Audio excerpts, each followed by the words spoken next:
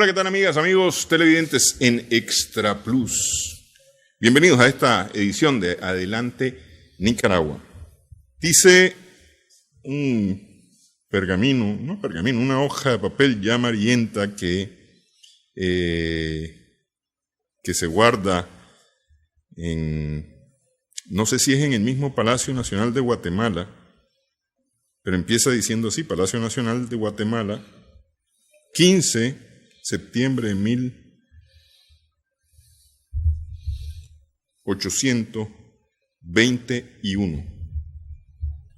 Y por ahí se desata toda la, en varios pliegos, a ver, son 2, 4, 6, 8 pliegos, 10, 12 pliegos que dicen que nos independizamos de España. Pero al final no dicen que nos independizamos de España. Está con nosotros el doctor Armando Zambrana, historiador, para hablar de esa fecha histórica que celebramos, 15 de septiembre de 1821.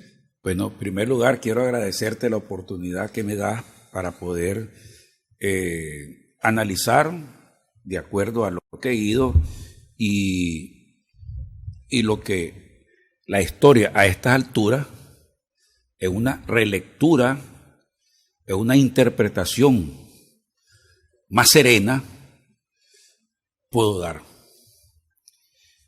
Estamos hablando de lo que se conoce como acta de independencia. Uh-huh. En primer lugar, no es un acta de independencia. Si se lee perfectamente, que no tiene nada escondido, nada críptico. Sí, no dice que es un acta, sí, de independencia. Simplemente es un acuerdo donde se invita a los delegados para que vayan a sus respectivas provincias para regresar nuevamente a Guatemala a tomar determinaciones. Y si el artículo número 1 dice que urge hacer la independencia, no dice que está hecha, uh-huh, dice que hay que hacerla porque si la hace el pueblo, las consecuencias van a ser terribles. Y comienza, nosotros el pueblo, y si el pueblo la hace terrible. Entonces, desde el inicio de ese acuerdo, se definen dos posiciones en la sociedad que se va después a enfrentar. El primer pueblo, que representa a los criollos, y el segundo pueblo, que es el que va a ser ignorado a través de la historia. Antes que nos metamos a esta camisa de 11 varas, ¿alguna vez se refrendó o se confirmó? ¿Los delegados regresaron a Guatemala con lo que se había orientado a hacer, con lo que este documento del 15 de septiembre mandaba hacer? Primero, yo te quiero pedir que pueda explicar para que se pueda entender tu pregunta. Fue un mandato que llegó de México,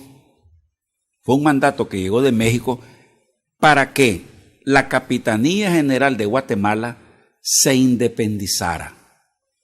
O sea que en Guatemala nadie estaba pensando en independencia. Ni en Centroamérica. Sí, estamos. Es decir, ni en las provincias. Es decir, hay un mandato que viene de Iturbide, que asumió el poder en México. Y se declara emperador. Pero ¿de dónde viene que se declara emperador? Esas son, digamos, las causas fundamentales de la independencia de México y un coletazo para Centroamérica. Porque las causas fundamentales de la independencia de México y el coletazo centroamericano, aclaro, es totalmente diferente al proceso de independencia que se hace en América del Sur. ¿Estamos claros? Es decir, el concepto de Bolívar, de San Martín, de Sucre, para independizarse de México, de España, es totalmente diferente al concepto que tiene México de independencia. Y eso es lo que la gente no entiende porque nunca se le ha aclarado casi en los 200 años. México se quiere independizar, ¿verdad? En 1808, porque los franceses han invadido a España. Y el primer grito de independencia que se da en México es independizarse de España, pero de la monarquía de los Bonaparte, y llevarse y traerse el reino español a México. En este caso, Carlos V. Carlos V era, ¿no? No, en este caso es Fernando VII. Ok. Pero Carlos IV sería. Carlos IV, que le quitan la corona, se la devuelven, se la entregan al hijo. Fue una cuestión casi cómica, porque el poder de Napoleón era grandísimo y tenía sometido al rey y al hijo, ¿verdad? Que era el príncipe de Asturias, que después pasa a ser Fernando VII. Sí. Entonces, aquí en México, para decir México, ¿verdad? El virreinato de Nueva España, ¿qué sucede? Se quieren independizar del gobierno francés y luchar para que Fernando VII asuma la monarquía. Pero mientras tanto en España, en la propia península, hay una guerra de todo el pueblo español en contra de la intervención francesa.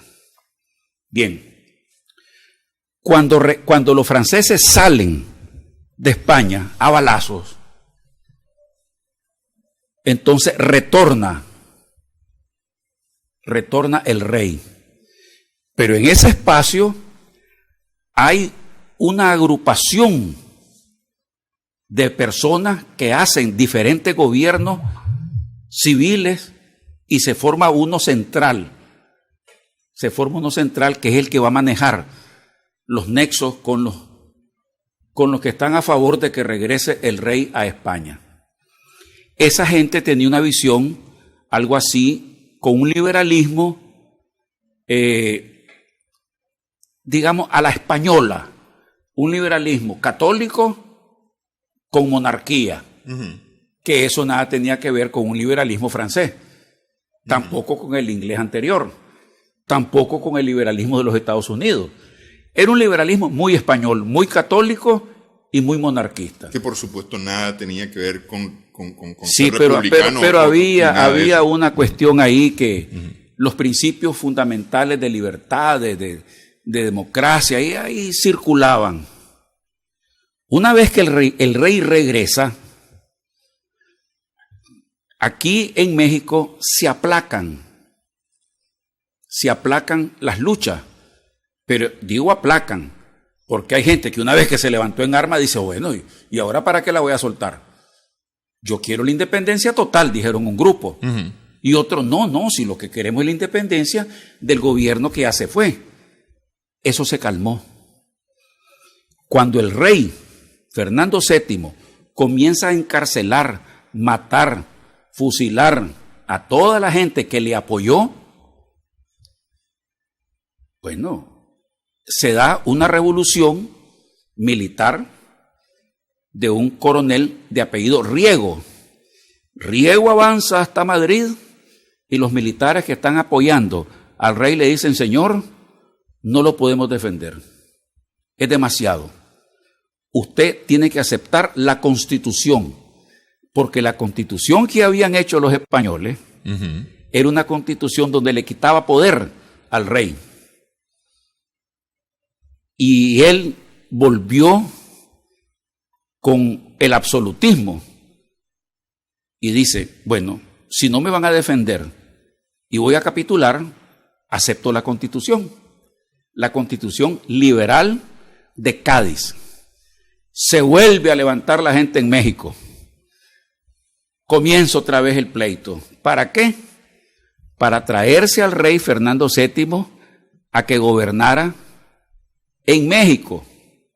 Para que gobernara España desde México. Desde México, o que no gobernara España y que España se convirtiera en estos reinos. Porque lo querían liberar de la Constitución liberal. Ese motivo es para que Iturbide convoque la independencia, pero es la independencia para que el rey Fernando VII venga a América a gobernar. Y eso lo pueden constatar en el Acuerdo de Córdoba y otra acta que hay por ahí, que es la fundamental, se me escapa ahorita, donde se define quién va a gobernar América desde México. El rey Fernando VII, si muere Fernando VII en ese transcurso de días o de años, su hermano fulano, su hermana Perenceja, tenían como 10.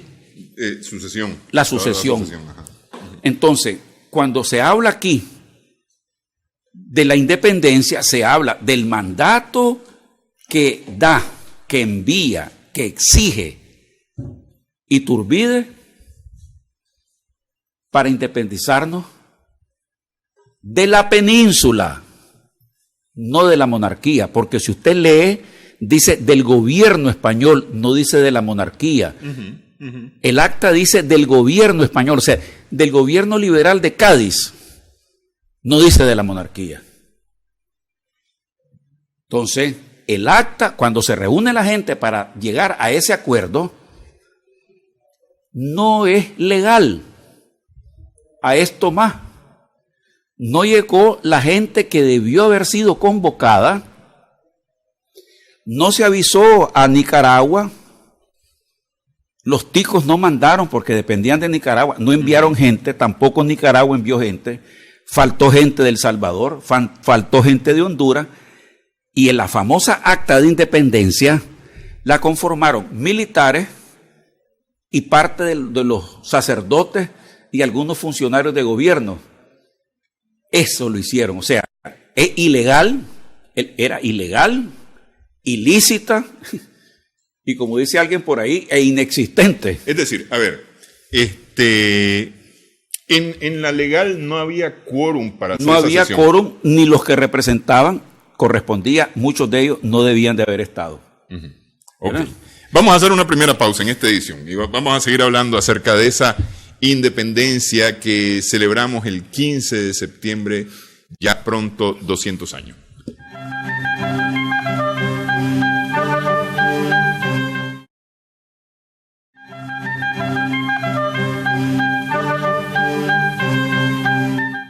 Seguimos en Adelante Nicaragua en Extra Plus. Dice el acta, siendo públicos e indudables los deseos de independencia del gobierno español, que por escrito y de palabra ha manifestado el pueblo de esta capital, recibidos por el último correo de diversos oficios de los ayuntamientos constitucionales de Ciudad Real, Comitán y Tuxtla, México, en que comunican haber proclamado y jurado dicha independencia y excitan a que se haga lo mismo en esta ciudad, siendo positivo que han circulado iguales oficios a otros ayuntamientos, determinado de acuerdo con excelentísima Diputación Provincial, que para tratar de asuntos tan graves se reuniesen en uno de los salones de este palacio, la misma Diputación Provincial y el excelentísimo Monseñor, supongo, arzobispo, los señores individuos que disputasen la excelentísima autoridad territorial, el venerable el cabildo eclesiástico, en fin, hace la lista de los que van. Entonces, que siendo la independencia, dice en el primer punto, que siendo la independencia del gobierno español la voluntad general del pueblo de Guatemala, y sin prejuicio de lo que termine sobre ella el Congreso que debe formarse, el suscrito jefe político la mande a publicar para prevenir las consecuencias y que serían temibles en que caso que la proclamase de hecho el mismo pueblo. Que era lo que decíamos al inicio de este programa. Está sumamente claro. Sí. Entonces, ¿qué sucede?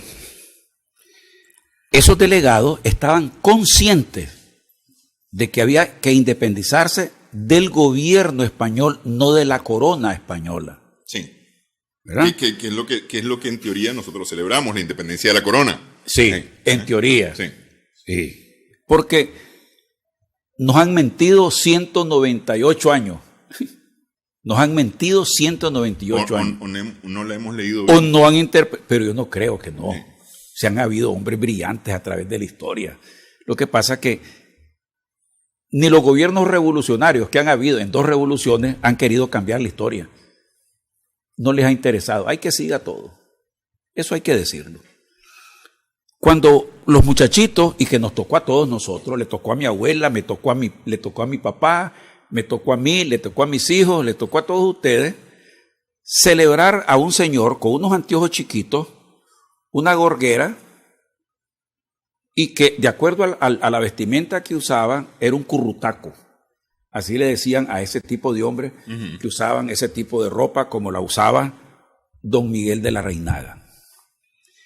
¿Por qué nosotros consideramos a Miguel de la Reinaga como un prócer de la independencia? Por una sencilla razón, por ignorancia.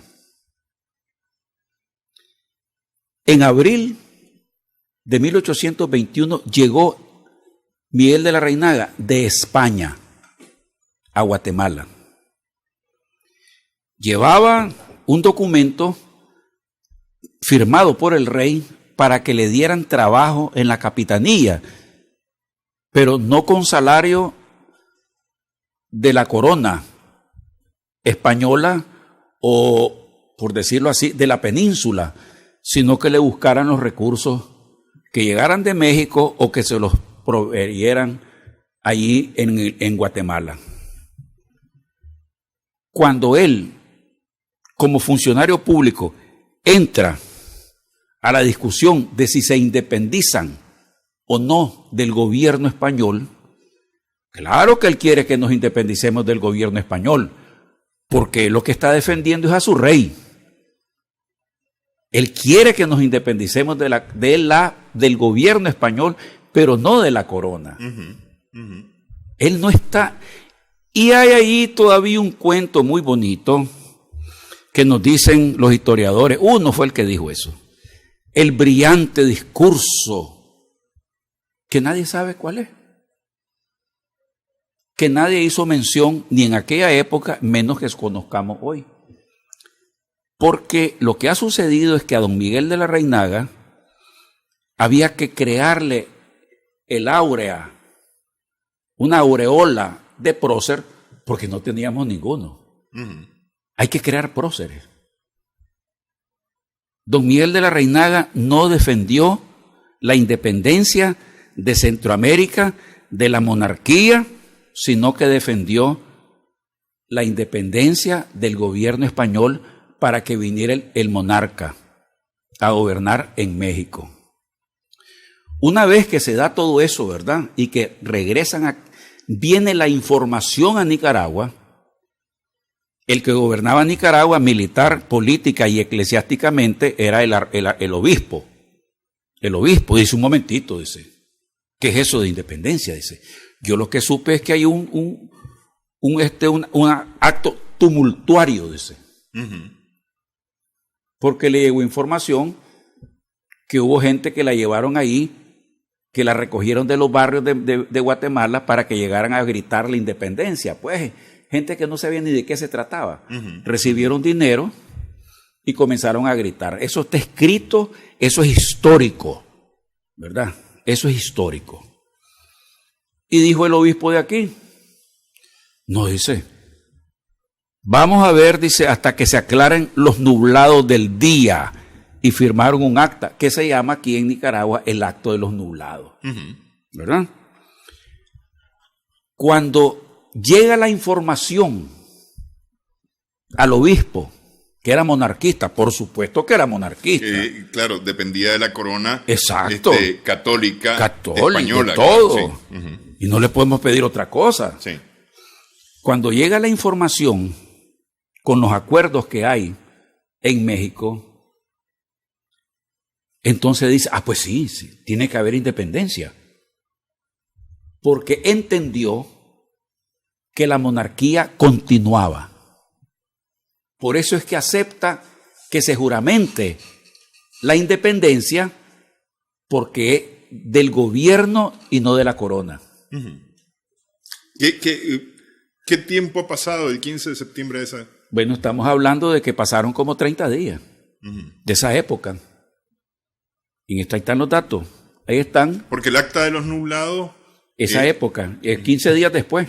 Es inicio de octubre, sí, más o menos. Por ahí más o menos. Entonces, no habían aviones, no habían carros, no habían locomotoras. Es decir, todo era correo, eso era correo de a caballo y de a pie. Correo de a caballo y a pie, exactamente. Sí.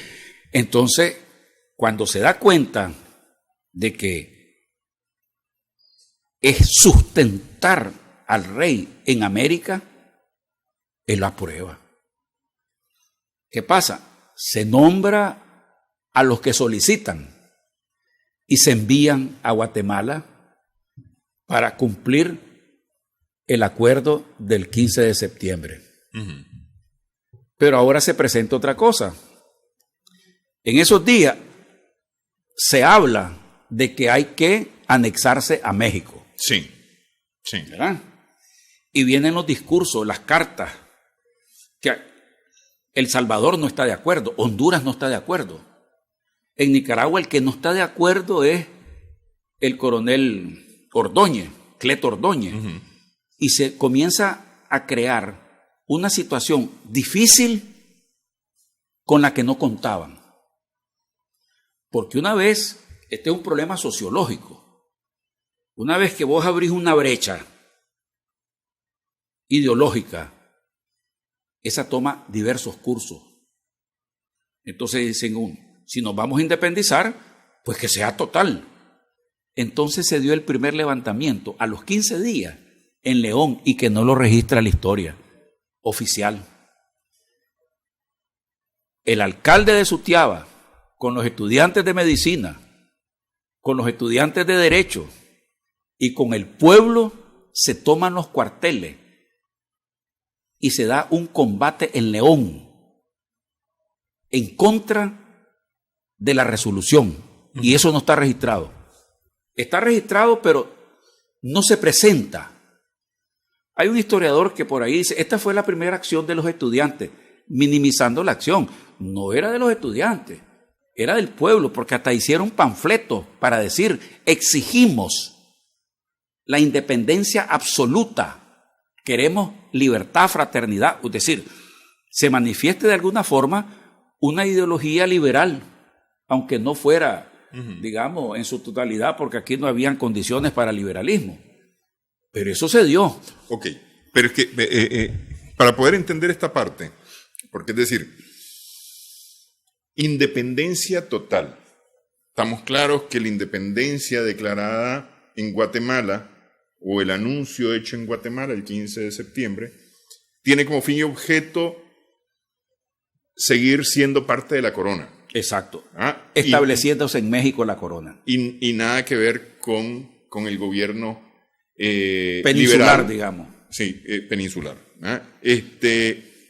Pero esto aquí en León vienen y entonces se oponen a esa resolución y dicen que de independencia tiene que ser todo. A ver, el que se opone primero es el obispo porque no sabe todavía ¿cómo es el asunto? Sí. Hasta que le dicen que es la independencia de la península, del gobierno liberal, para que el rey venga aquí, entonces él acepta la independencia.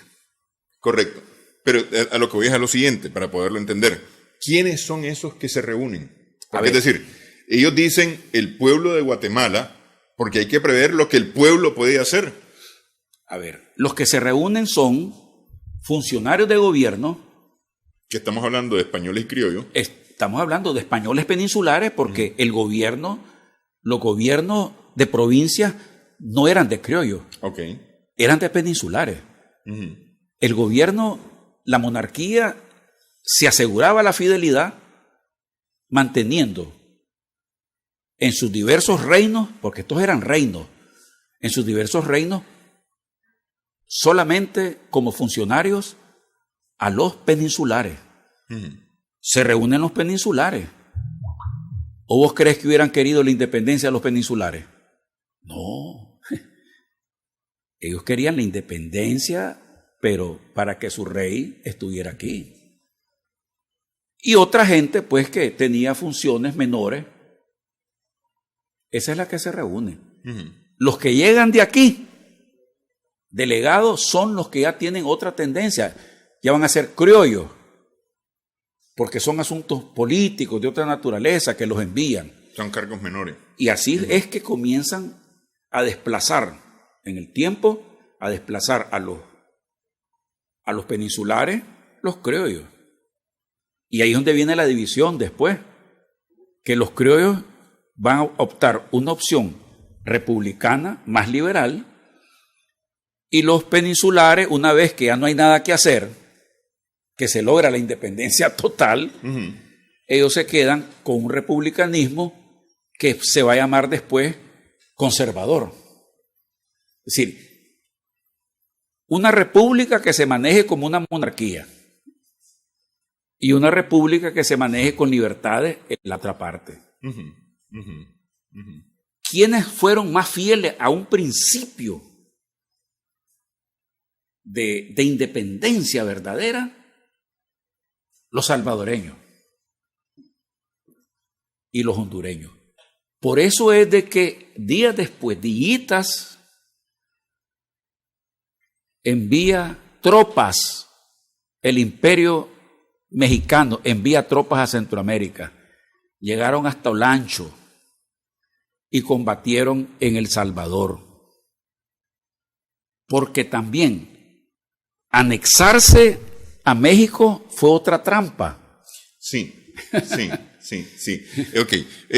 Ya vamos a entrar a la anexión a México, porque es decir, cuando uno estudia la historia en el colegio, viene y entonces aprende que de la independencia caímos bajo el imperio de Iturbide, ¿no? O fuimos anexados al imperio de Iturbide.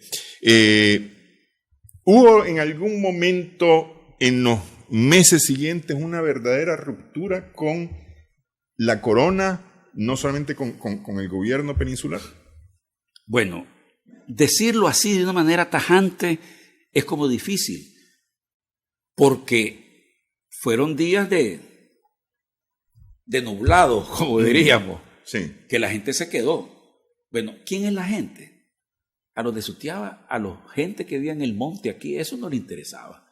Estamos hablando de los cabecillas en Granada y León, y en Matagalpa. Eran cabecillas.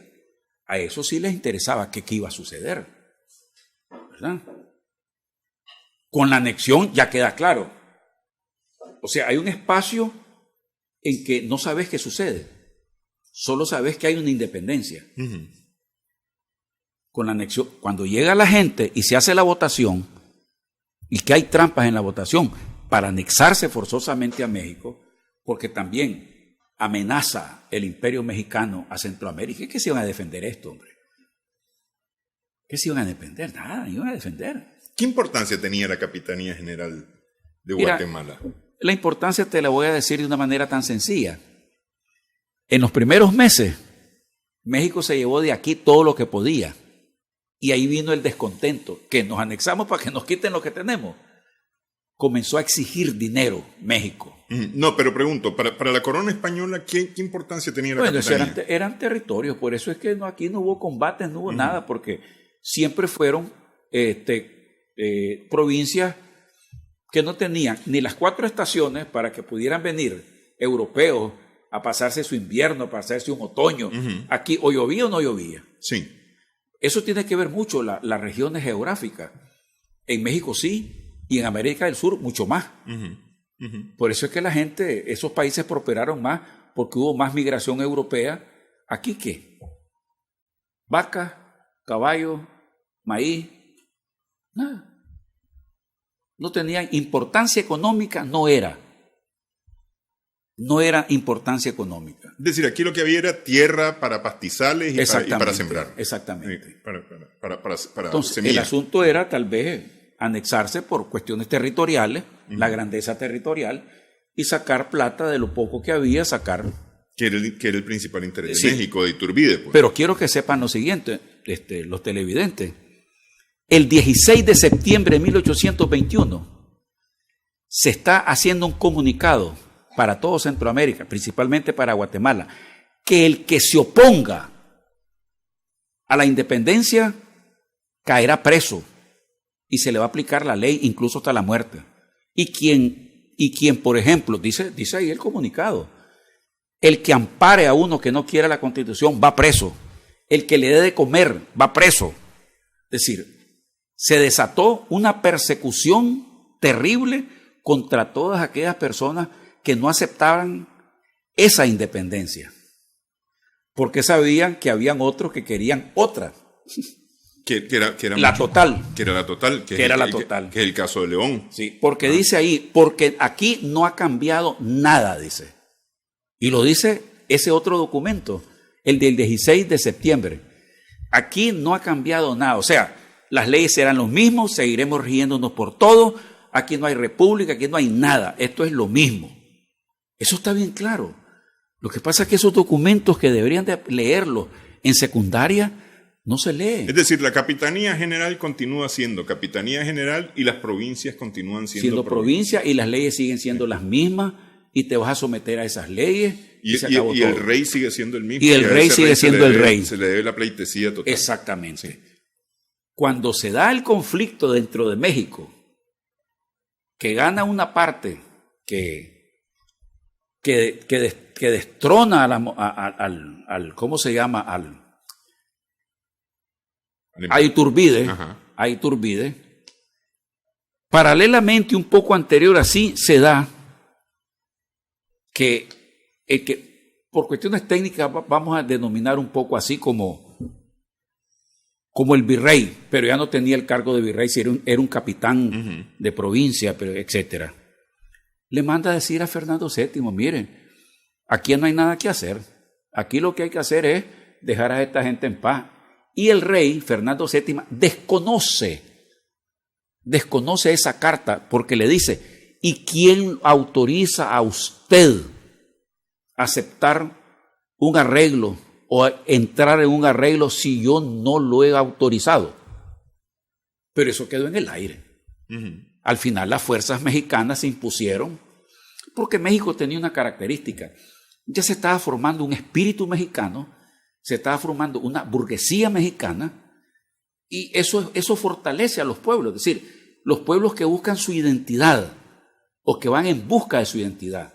Y voy a hacer un paréntesis en este caso. Antes de las luchas de independencia en América del Sur, Vizcardo y Guzmán, un jesuita, escribe una carta que hay que leerla, es fundamental. La carta de los americanos a España.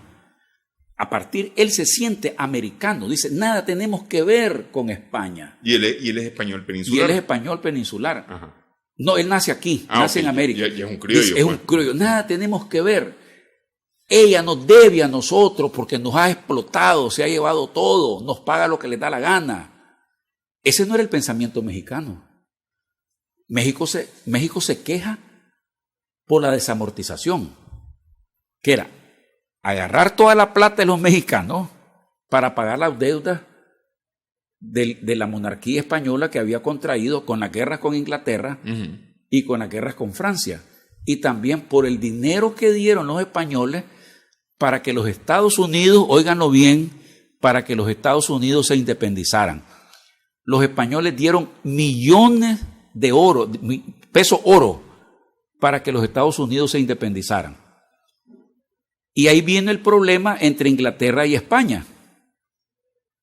Ajá, pagaste para que se independizaran los que nos produce a nosotros, ahora te vamos a... ¿Ya? Entonces vinieron las guerras entre ellos. Todo eso se tenía que pagar. Y los españoles les quitaban las tierras a los curas, les quitaban las tierras... Bueno, aquello era tremendo para poder agarrar plata y pagar sus deudas. Eso, pues, por supuesto, creó condiciones objetivas de no querer seguir con la corona, no solamente del gobierno, sino de la corona. Por ejemplo, el cura Hidalgo. El cura Hidalgo era gente de dinero, sí. Le quitaron cosas, pero hay algo muy importante que hay que ver. El cura Hidalgo saca, como lo descubren, apresura y saca un banderín donde a un lado está la Virgen de Guadalupe y al otro lado está Fernando VII. Y sale a gritar la independencia con la Virgen y con Fernando VII. Yo creo que más claro no puede ser. Más claro no puede ser. Ok, esto bota totalmente, porque es decir, en algún momento he enseñado que los criollos cansados de la explotación de los peninsulares deciden independizarse de España. Pero aquí quienes están tomando la decisión son peninsulares al final de cuentas. Quienes toman la decisión son peninsulares al final de cuentas. ¿Qué hacen los criollos? Quiero dejar la pregunta para después de una pausa aquí en Adelante Nicaragua.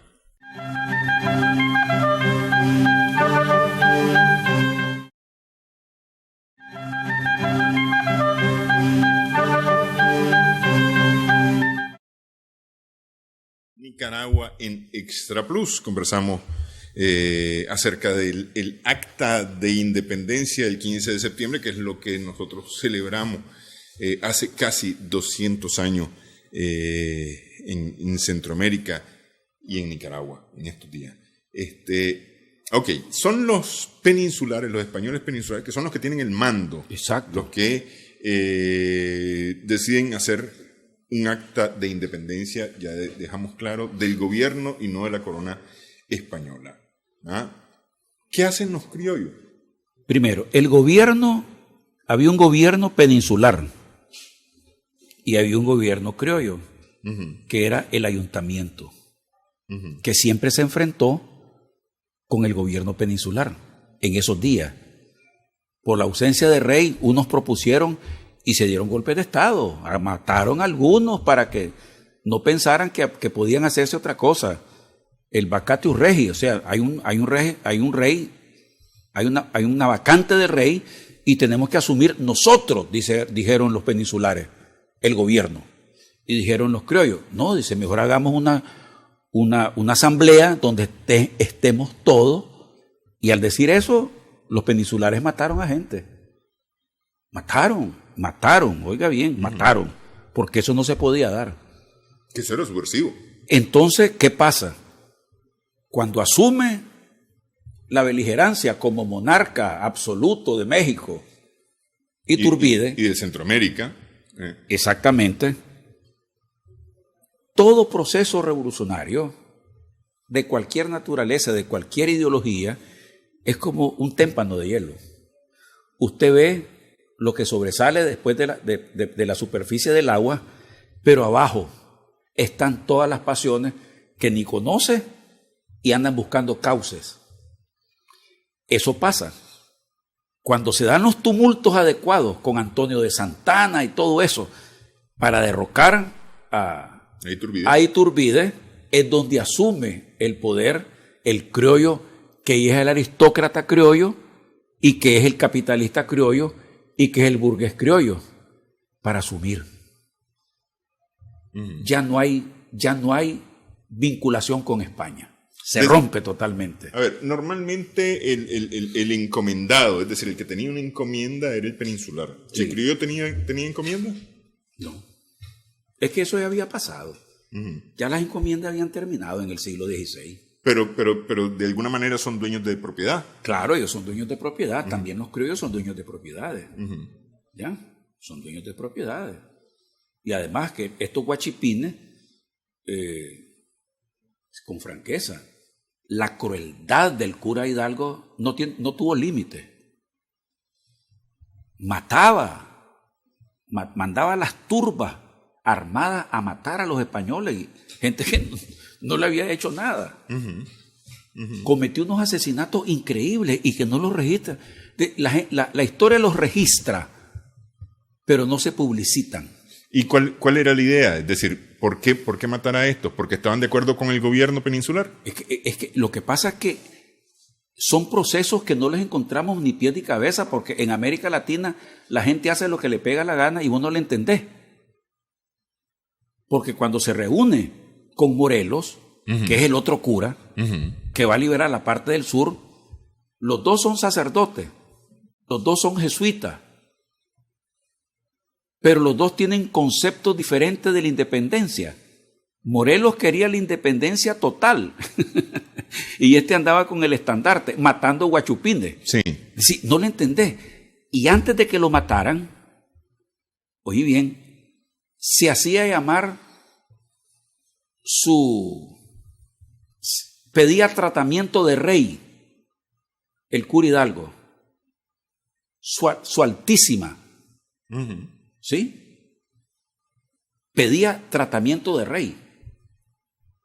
Entonces, decís vos, ¿qué es lo que pasa aquí? Son las personalidades esquizofrénicas las que asumen los mandos y no podés entender lo que pasa. En un lugar le pegó fuego, metió a todos los españoles con sus mujeres y niños a una casa y le pegó fuego. Recogió a más de 20,000 campesinos que andaban con sus hijos y sus mujeres luchando. Sí, ¿qué sentido podía tener un pobre campesino, un indio de independencia? Si un gobierno nunca tuvo gobiernos buenos y ahora le están diciendo que va a haber un gobierno con los mismos y que va a ser bueno. Es decir, todas esas cosas no se sacan porque no podés dar explicaciones. Dice el Acta de Independencia en su punto 11 y luego en el 12, ¿no? Que la religión católica que hemos profesado en los siglos anteriores y profesaremos en los sucesivos se conserve pura e inalterable, ¿no? Manteniendo vivo espíritu de religiosidad que ha distinguido a Guatemala, respetando a los ministros eclesiásticos seculares y regulares, protegiéndolos en sus personas y propiedades.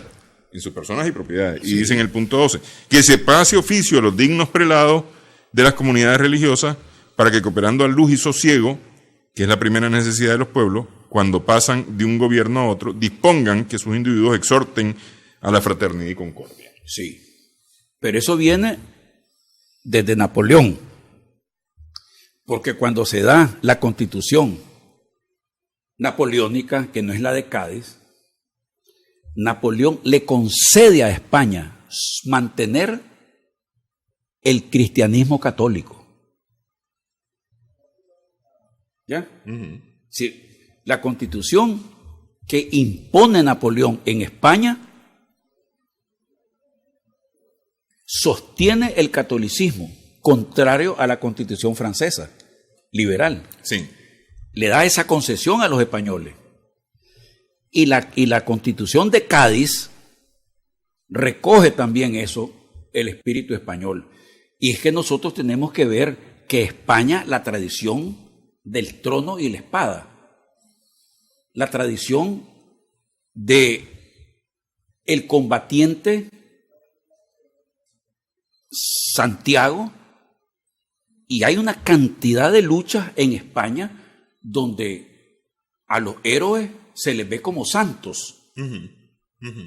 Hay que leer esa parte de la historia de España, de las luchas contra Francia, contra los franceses. Sí, contra Bonaparte. Contra Bonaparte. Sí. Entonces se dio un misticismo. Y aquí nos llega lo mismo, ¿sí? Sosteniendo el catolicismo. Por eso es que muchos autores dicen, ¿cuál revolución liberal? ¿Qué es lo que hubo aquí? No, sí, una componenda. Los curas no perdieron, ni en España ni aquí, los obispos no perdieron el diezmo que tenía que darle el Estado. Porque un cura de pueblo se vivía de lo que le dieran. Entonces hubo una diferencia entre ser obispo y ser cura de parroquia. De parroquia, de pueblo.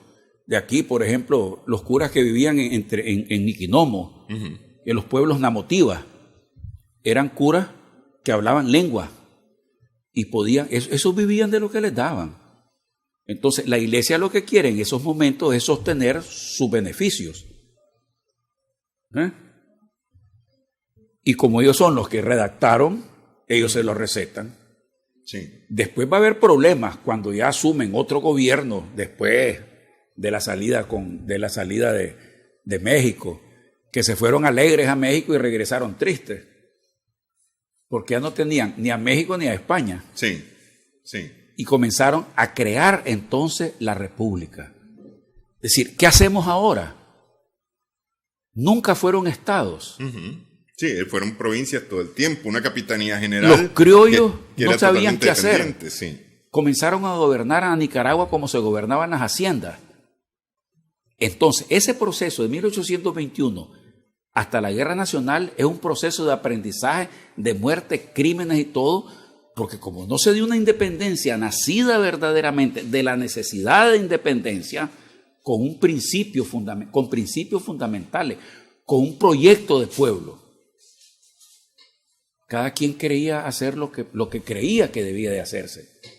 Y eso nos llevó a 36 años de lucha con guerras permanentes. 36 años de lucha donde murieron miles y miles de nicaragüenses, quedaron viudas, niños, etcétera. Aquello la gente no lo entiende casi. Si nosotros registráramos nuestra historia y nos diéramos cuenta que no podemos seguir en guerra, que no pueden seguir habiendo viudas, huérfanos, destrucción del país, tenemos que buscar salidas como lo buscaron en esos días en la Guerra Nacional, los que verdaderamente son los próceres, porque fueron los que constituyeron la República. Todo ese proceso, desde el 21, 36 años después, es un proceso de acomodo que no pasaron en América del Sur, porque ahí tenían definido qué querían. Es decir, a ver, lo que le hizo falta a Centroamérica fue un proyecto de nación, digamos. Sí, y porque no tenían experiencia de gobierno. Aquí todos lo hacían. Los peninsulares hacían las cosas y aquí vivían de lo que decían los peninsulares. Los Estados Unidos de Norteamérica, los Estados Unidos de América, porque se llama United States of America, Sí. Estados Unidos de Norteamérica son México también. Sí. Los Estados Unidos de Norteamérica fueron una serie de colonias que tenían sus propios gobiernos y cuando se independizan tienen experiencia de gobierno, de cobrar impuestos, tienen cortes, todo. Eran pequeños estados y pudieron constituirse en federación. Que son los primeros 3 estados de los Estados Unidos. Estados de los Estados Unidos. Aquí, primeros, forman una federación sin ser estados. Sí. Y entonces ahí es donde viene otro problema. ¿Cómo vas a fundar una federación si no sos estado todavía? Y hay otra cosa muy importante entre América del Sur y nosotros. Aquí se luchó por una independencia del gobierno español. En América del Sur se hizo la independencia y se defendió la independencia. ¿Me doy a entender la diferencia? Sí. Simón Bolívar y los que están con él definen la independencia. Se llaman independientes y forman un ejército y definen qué quieren. Al definir qué quieren, ya hay un objetivo concreto, ya hay una visión de Estado, ya hay una visión de pueblo. Aquí no. Es decir, aquí lo que hubo fue conveniencia, digamos. Exactamente. Sí. Es decir, y arrebatos. Era conveniente estar bajo la sombra de Iturbide porque con Iturbide seguía todo igual. ¿Cómo es que se llama? Sumidos ante el rey. Y quiero aclarar algo. Cuando aquí la gente, por desconocimiento, por supuesto, y me da cosas, pues, que en los colegios se siga repitiendo lo mismo. La guerra que se dio en Granada con Cleto Ordóñez, te dicen que fue una guerra local, que fue una guerra porque los leoneses no se querían con los granadinos, y todavía se mantiene eso, sosteniendo eso. No, quiero aclarar aquí lo siguiente. Iturbide mandó tropas y armamento hasta Olancho, y de aquí salió gente a recoger todas esas armas, y el ejército que llegó hasta Granada era el ejército imperial de México. No eran los leoneses. Si dependíamos de México administrativamente, militarmente también dependíamos de México. Y en nombre de la corona mexicana, del imperio mexicano, fue que entraron las tropas a Granada. Y que debe constar en la historia que al primer ejército, ¿verdad?, invasor, o al primer ejército, o el primer ejército con que se enfrentan los pueblos de Granada y Masaya y Managua, el mismo León, ¿no? Es contra el imperio mexicano. Y cuando las tropas inglesas invadieron en 1840 en esa zona del río San Juan, las tropas de Nicaragua, mal armadas, se enfrentó a la marinería inglesa. Y ese es el segundo imperio al que Nicaragua elevó la bala. No es que a los gringos, porque se pone de moda a los gringos, pues no. Hay que analizar la historia. Hay que analizarla. Y no envolverle en un papel de celofán o un papel craft para ocultar verdaderamente lo que ha sucedido. No fueron los leoneses por sí mismos. Fue un mandato del imperio con armas del imperio. Es con la guerra nacional al final que de una u otra forma empiezan a definirse lo que van a hacer más tarde las repúblicas. Exactamente, en Nicaragua. Porque yo sostengo como historiador que la república comienza con esas dos corrientes que se dieron en 1821 y que va a ser una en la voluntad política del general Martínez, Tomás Martínez, y en la voluntad política de Máximo Jerez. Cuando se juntan es que se constituye la primera república. Pero todavía le falta la visión de nación. No, ya tiene un concepto. Cuando los filibusteros, cuando se define qué son los filibusteros, que lo hace el presidente, se me olvida ahorita, pero que lo hace con todos los soldados y definen, ese es un filibustero y ese quiere aprovecharse de Nicaragua. Comienzan a defender Granada y lo sostengo y lo digo, el amor a la República de Nicaragua comienza con el amor a Granada. Pero ese es coyuntural, de alguna manera. No, es que esa es parte. Es decir, no es una visión estratégica de nación. No, es decir, ellos definen. Si San Jacinto es la consecuencia de esa visión de nación. Sí. Porque comenzamos a llamarnos nicaragüenses, comenzamos a llamar patria, porque antes era todo Centroamérica. A partir de esa guerra comenzamos a decirnos nicaragüenses, esta es nuestra patria. Ya, por eso es que yo sostengo que la República de Nicaragua, instituida, comienza con ese gobierno binario. Y ya comenzamos a definir quiénes somos. Tomás Martínez y Máximo Jerez. La bandera. La gente no sabe que la bandera de San Jacinto no es esa, la azul y blanco. La bandera de San Jacinto era de 3 colores. Que era el verde, el negro y el... No, era un rojo, un amarillo, eran como naranja, amarillo y un azul. Así era la bandera, más o menos. Y la de Walker era 2 franjas azules, una blanca y en medio una estrella roja. Sí. O sea, nosotros casi tenemos la bandera de Walker. Sí.